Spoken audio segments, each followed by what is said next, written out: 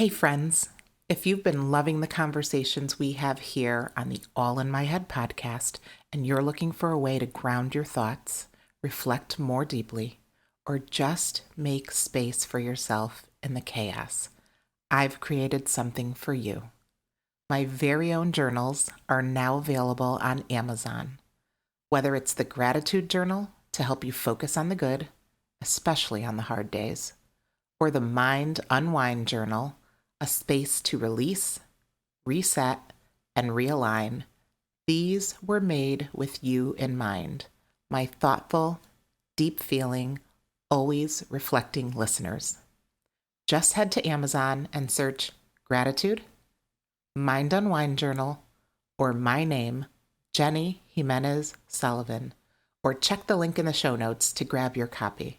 It's simple, intentional, and ready to meet you wherever you are. Please, allow me to show you something.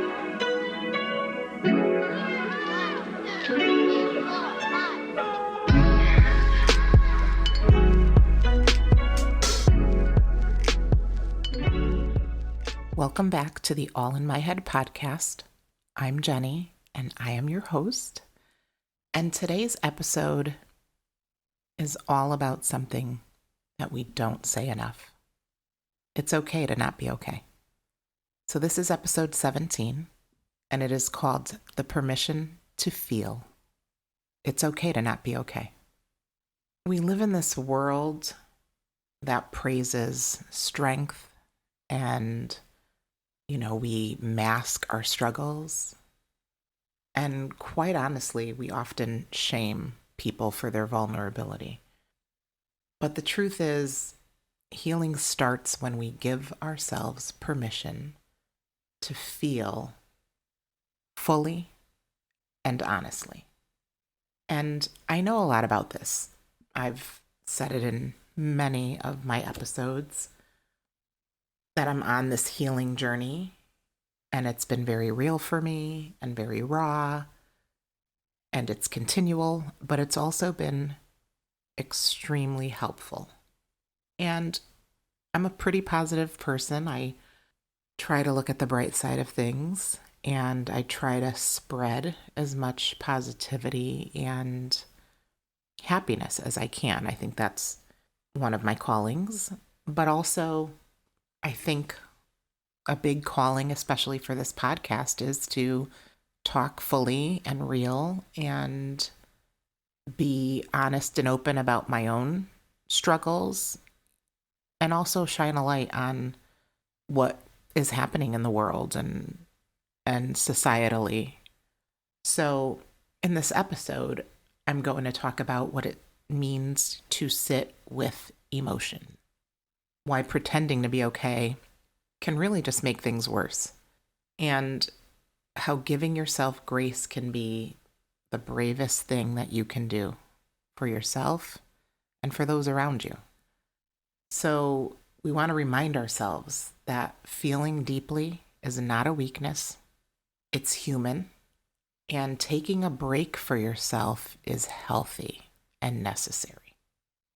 So giving yourself permission to heal, what does that actually mean?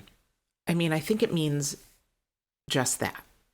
I think giving ourselves permission and the grace to not feel okay and to honor the feelings of sadness or grief or anxiety is important. My generation, and I've talked about this a lot, we were kind of shamed into crying like as a weakness and being strong and being stoic and not sharing our feelings. And I don't think that is healthy. I think there was this need for people in that generation and also culturally to hide their true emotions, their true feelings, and to not talk about those feelings with other people, to not kind of show themselves in a weak, and I'm saying that in air quotes because what does that mean? Showing their weaknesses and showing themselves in a weak way. And I think that that's where we need to break that stigma. And I think that this generation now is better at it. They're showing us that it's okay to show emotion, to take care of your mental health, your emotional health, and to honor feelings. And I've said it before, I was very much a crybaby. I'm very much an empath, and I feel deeply. And, I was shamed into not feeling those feelings for a very long time. And that was not healthy for me. I think not being able to express those emotions and suppressing them was not great for my mental health for a very long time, especially growing up as a child and as a teenager.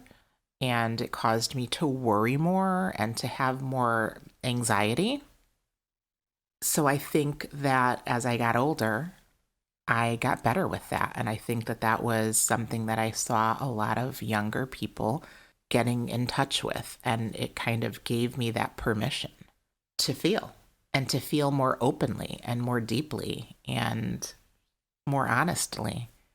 And I think that, people mean well when they say stay strong. I don't think people mean to do harm with that statement when someone's going through something, someone's grieving something, or someone's having, anxiety or emotional distress. I don't think that people mean to do any harm with that. But I think it is harmful because, and especially for women, right? We carry so much on our shoulders. We're mothers and we're sisters and we're daughters and we're friends and we're wives or we're partners, and we're kind of thrust into carrying everything and staying strong for ourselves and for everyone around us. But, that's something that we decide to take on at some point as well, because we don't need to do that. We need to be healthy in every way, and a big part of that is filling up our own cups and being conscious of our own self-care in whatever way that means. And so I think when people say stay strong, they really do mean well, but it's okay to not be strong every day. It's okay to not carry it all. It's okay to put it down, right? It's okay to put that heaviness down and to rest and to take care of our health. And I think that, I often, as a child, as a young adult, as, in the era of raising my children and working, in a professional aspect, I pretended to be okay all the time. It was put that smile on. That was something I heard quite often growing up. Put a smile on your face. Nothing's wrong. Nobody's, needs to know that you're not having a good day. Put some lipstick on, make up your face, and go out there and fake it till you make it. Pretend that you're okay. And, that I think that cost me a lot when I was younger. I think that it really took a toll on my health at times, physically, definitely mentally and emotionally. And, you bury it and you suppress the stress. And quite oftentimes, you get to this point that you have buried it and tried to stuff it so much that it just explodes. And because you can't take it anymore and it has nowhere else to go. So it just flows out in some of the most explosive ways. I know that would happen for me. And because I put on this face of everything's fine and the smile on, and I was carrying everything and I was handling it well, again in air quotes, that others were confused when I would have this emotional overflow. And they would be confused because they didn't know that I was carrying all of this because I kept it to myself. And I think that that's something that so many people do. And we don't honor our feelings. We don't sit in it. And when it starts to bubble up, it shows, either these explosive, emotional outbursts. It can manifest in anxiety. It can manifest in panic attacks, and all of which I've dealt with. It can result in, depression and, deep bouts of sadness for long periods of time. And again, I'm not a mental health professional. I've gone through a lot of these things myself, most of these things myself, and I'm speaking from a place of knowing what didn't work for me and knowing what's worked for me and how I was able to put myself in a position of honoring that it's okay to not be okay sometimes. I think that also, especially, we see in social media versus reality, let's say, right? This need to present yourself on these social media platforms and to the public as put together. We're all put together. Everything's great. Everything's beautiful. And I know that I myself have been guilty of that. But this toxic positivity, right? Just the dismissing of the negative emotions and pretending that everything's fine and putting that out to the world all the time makes everyone who's watching those things believe that that's how their life has to look. And so that's where I do have to honor and say that so many artists and people with bigger social media platforms or bigger platforms in general in this generation especially have gotten better at showing the days where they're not okay, and that it's okay to ask for help, and that it's okay to be emotional and to cry and to have deep feelings. That's something that I'm so grateful for now as a 52-year-old in this second half of my life, where I am honoring the beauty in the mess, right? There's beauty in the mess. There's always a lesson. And so how can we honor that? And how can we make it okay for others to do the same? I think for ourselves, we can create safe spaces for ourselves. And that is another thing that took me a long time to understand that was okay to do, to be able to honor myself and what I needed to live a healthy and happier life.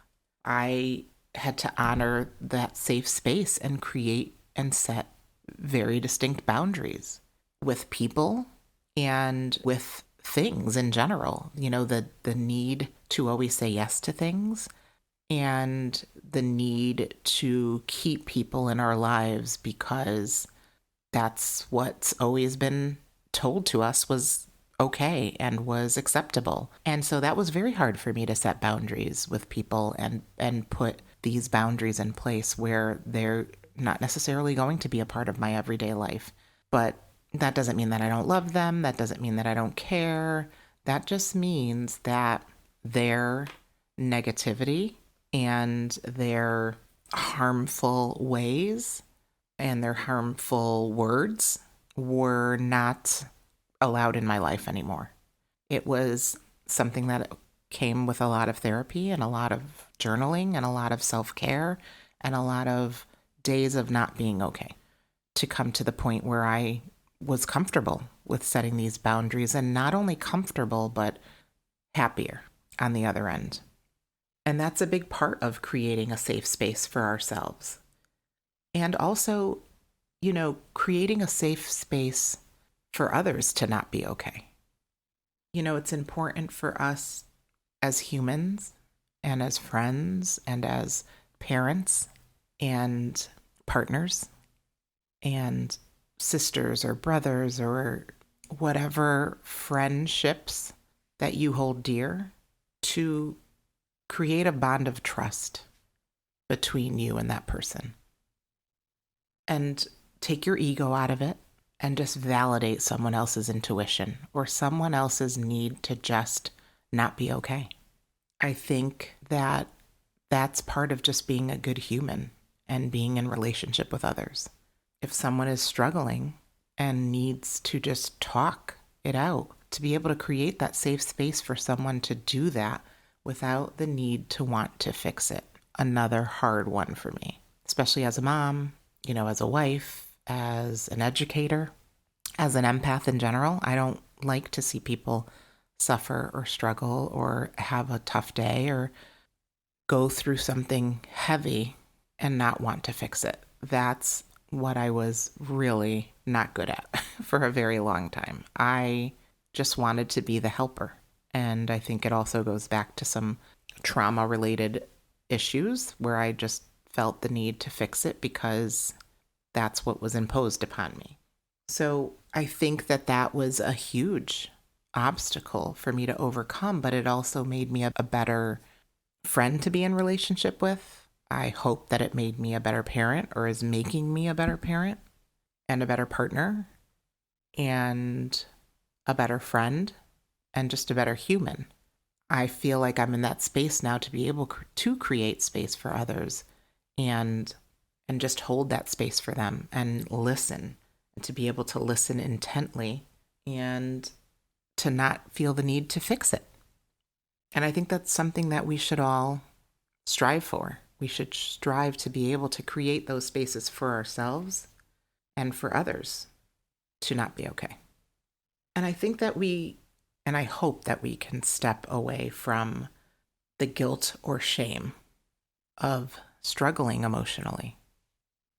I think, again, society has fostered this space of always being strong and, being unbothered and to not be a crybaby. I think that to not accept when we are struggling and, again, to put on that happy face. And I think that, and I hope that we can start to get away from feeling that guilt and shame if we're struggling emotionally, right? It is okay to not be okay. And it is okay to ask for help. And it is okay to seek help. And it is okay to go to therapy. And it is okay to seek out alternative methods of helping ourselves emotionally, mentally, whether it's meditation or journaling or listening to a self-help podcast or whatever you need. I think and I hope that is the way that our society is going to move forward, honoring that it's okay to not be okay and that it's okay to ask for help. And I think vulnerability is a huge part of the healing process. I think honoring our vulnerability and showing that we're all human, that we all have hopes, we all have fears, we all have dreams, and we all struggle in different ways, but that we're all human. And it's a way to bridge that connection amongst each other. I mean, many friendships are built on these shared connections. Many relationships are built that way. And I think vulnerability shows us as human. And we're all human, just trying to figure out this thing called life. And I honestly, I think balance is a huge part of it. And I see that more now that I'm kind of not in that everyday rat race, that balance is a key to giving ourselves grace and to not staying stuck. I'll say it over and over again this episode. It is okay to not be okay. But we need to acknowledge setbacks, as much as we acknowledge our achievements and, shout those achievements, but honor the setbacks and acknowledge them and show yourself grace and others grace and compassion and get rid of that negative talk, and embracing our imperfections is only going to help us cultivate a more cohesive life, a more balanced life, self-compassion, self-care. We are not perfect. None of us are perfect. Sorry to burst your bubble. None of us are perfect, and we're not meant to be. We're meant to be humans. We're meant to be flawed. We're meant to have setbacks. We're living a human experience, and it's not easy. It's not easy being a human. It's not easy living on this earth, and living on this earth right now in this time and in this era and in this climate, even harder to be a human. And so, no, we're not perfect, and we're not meant to be perfect. We're meant to be flawed humans. So how do we navigate this life and navigate this journey, knowing that there's going to be bad days and that things are going to get rough and things will not always be great and we're not perfect? I think that we need to find healthy ways and healthy coping mechanisms and healthy outlets and healthy options overall. I know that for me, when I'm sitting in this space of feeling uncomfortable and I'm having hard days, just as I'm having good days, I journal. Journaling has been a huge outlet for my thoughts and for my emotions. Meditation has also been a wonderful tool for me as I navigate life. And crying. I mean, how about just a good old cry? There's nothing wrong with crying. There's nothing wrong with sitting in your feelings.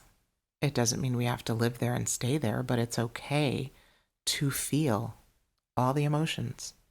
As much as we feel happiness and joy and contentment and excitement, it's okay to feel sadness. And it's okay to feel distraught. And it's okay to honor all the emotions. And therapy. Again, in a culture that dismissed therapy and, as a Latina girl growing up and a Latina woman, and in that culture, it was definitely something that wasn't fostered and it wasn't talked about. It was keep those emotions to yourself, keep your business to yourself. No one needs to know about that, and really dismissing feelings in general. Like, again, it's all in your head, and kind of the who cares attitude. And that's not true. I care. I'm sure you care. And we should all care about each other and what another person is going through. We never know what is happening with someone and what they're struggling with or what they're carrying. So honoring that, wherever you are, in whatever space you are, just honoring if someone lashes out at you in a grocery store. We don't know what that person is carrying, and we're quick to want to react. But just maybe honoring that space and giving that person permission to feel that feeling, whatever it is. So therapy is another great, healthy way to work through hard times, hard emotions, hard feelings, heavy stuff. And again, just not trying to fix someone if they're not feeling okay, right? Listen, hold space, maybe offer some resources if you know of something, but not trying to fix them. Just listening and being an active listener and not a fixer. That's a huge part. And validating. Validating somebody's feelings is huge. The first time someone ever said to me, I hear that. That must be difficult, or that must have been so hard to go through. And I'm so sorry that you had to go through that. But your feelings are valid. I mean, I crumbled. because it was one of the first times that somebody said that to me, and I felt genuinely validated in my feelings and my emotion, and that it wasn't weak. That's all someone needs, is the ear to listen and the validation of their feelings, and that their intuitive feeling of what they're going through is real. I think that I have been talking about this a lot lately. I think that it is important to look at life like a home construction site. That's kind of funny when you say it that way, but I've been talking about having tools in your toolbox lately, to friends, to loved ones, and even to myself, with people who have been going through some struggles, through some very real emotional and mental health struggles.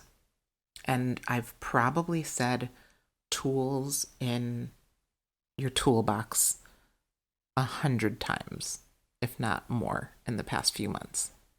And because I think it's important that we all have as many resources as possible to pull from. I think it's crucial, not just important. So I say, have as many tools in your toolbox as possible. It's better to have more tools than not enough tools or no tools at all. So I put that mental picture in as saying, look at life like it's a construction site, right? We're always going through renovations. There's always going to be a challenge. There's always going to be a hurdle. There's always going to be something else that has to get done, and another kind of change to the plan. And we have to have all the tools we can in our toolbox for mental health and self-care. So for me, like I've said, journaling and writing have been a huge outlet and saving grace for my mental health. Finding people to sit with and hold space with in the Her Sacred Circle collective, sister collective, that's been a huge tool for me. And community, therapy. Therapy has changed my life in a very real way. And I'm by no means healed, whatever that means. Reggie talked about that physical healing in the last episode and 2 episodes back now, and how healing is a constant journey. So I don't think by any means I am healed from my traumas or anything, but I have better tools on how to cope and continue the healing process and to hold space for myself. So that has been huge for me in helping my self-care journey and in honoring bad days where I just wasn't okay, and days where I may not be okay. What can I do for myself to honor those feelings, to give myself permission to feel those feelings, and to hold space for others when they're going through a difficult time? I had just been hearing this so much lately, and I think that was a big reason. And like I said, I've known some friends and family members and even myself and who have been going through a tough time and have been struggling with, what is this? What does this look like? What does this mean? So I just knew that this needed to be an episode, right? That we needed to talk about the permission to feel, that it's okay to not be okay. I mean, I wish that life was simpler and that every day was a good day. I wish that every day was a great day for everyone. But that's not real. Our country is in crisis in a lot of ways, in many ways, in most ways. Our society is battling, and so many communities are under attack, and it's hard. It's hard in this world. So I think we all need the permission to feel all our emotions, to honor everything we're going through and everything we will go through, and to use all the tools in our toolbox. Not every day is going to be a good day. That's okay. But what can we do to honor those moments and to show ourselves grace and self-compassion and self-care? How many tools can we collect for our toolbox so that we have different resources to pull from when we're in need, and to be able to share those resources with others when they're in need? I think that that's what it's all about. I think that it's about honoring the dark spaces and asking for help and saying, I need help. I need a way through this, right? You have to go through it to get over it. And it's messy and it's complicated sometimes. It's hard. It's not necessarily fun, but it's so liberating to be able to honor it, feel it, and work through it. It's so liberating.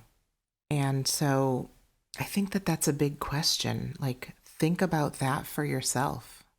What would change in your life if you truly believed that it was okay to not be okay?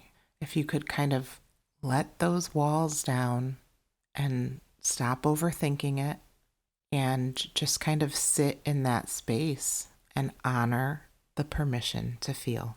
What would change in your life if you truly believed it was okay to not be okay? I know for me, it was life-changing. I'm doing the things in my life and have stepped into some of the most amazing and wonderful relationships and areas of my life because I honored my feelings. I utilized the tools that I needed to show myself self-care, self-compassion, set boundaries, and to talk about all the things that were holding me back, that were not allowing me to live my life to the fullest.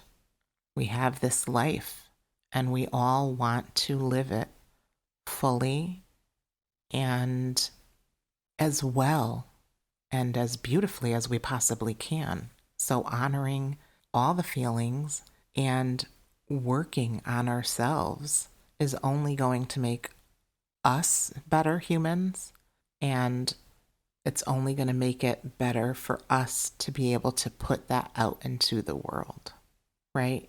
So if today's one of those days that you're just not feeling okay, it's okay. It's okay.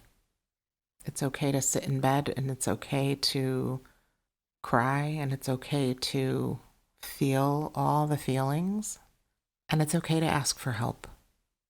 I think that was one of the hardest things for me, was ever asking for help in any area. And I never want anyone to feel like that is a weakness. That actually does show how strong you are. Asking for help is one of the strongest, most powerful things that you can do for yourself. If you or someone you know is experiencing a crisis, you can dial 988 or text 62640 for immediate assistance.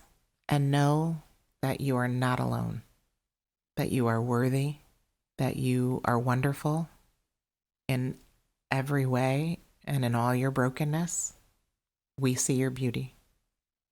Thank you so much for listening to the All in My Head podcast. Stay well, take care of yourself, give yourself permission to feel, and give yourself grace.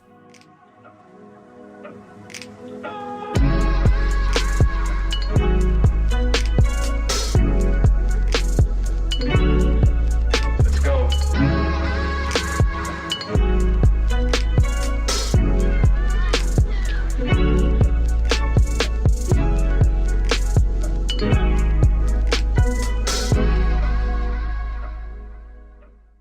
Listen to the All in My Head podcast on Spotify, Apple Music, and wherever you get your podcasts.